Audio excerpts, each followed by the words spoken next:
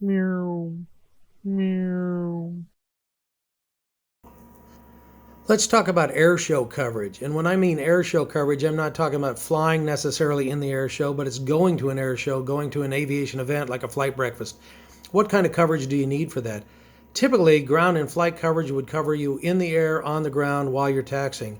If nothing else, you'd want ground and taxi to cover you while you taxi to the parking spot. And at the least, you'd want ground not in motion, which are protected when it's parked and tied down on the field. A lot of times, air shows and events are run by volunteers, and they do their best, but they'll often have the risk of taxiing into a runway light or into a pothole. So you want to make sure you have coverage during that time. It's important that you take your own tie downs. You never know where you're going to be parked. So make sure you have your own tie downs to tie down your airplane. And you never know when the weather's coming in.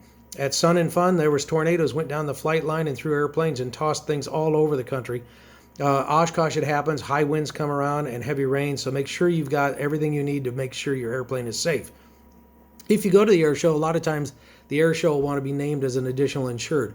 So that takes a little bit of time. So start early when you want to do that. Make sure you let the agent know early on that I have to name the airport as an additional insured to get the right paperwork. Additionally, you might want to check your policy and make sure it covers you for putting your airplane on display if you're going to do that, or if you're going to fly in a factory flyby, or if you're going to do a formation flying. A lot of companies don't like formation flying, so make sure you have coverages for that type of operation. And in the end, if you have any problems, call your agent, ask them questions, then let them ask the underwriters. If you have more questions, call me. My name's on the door.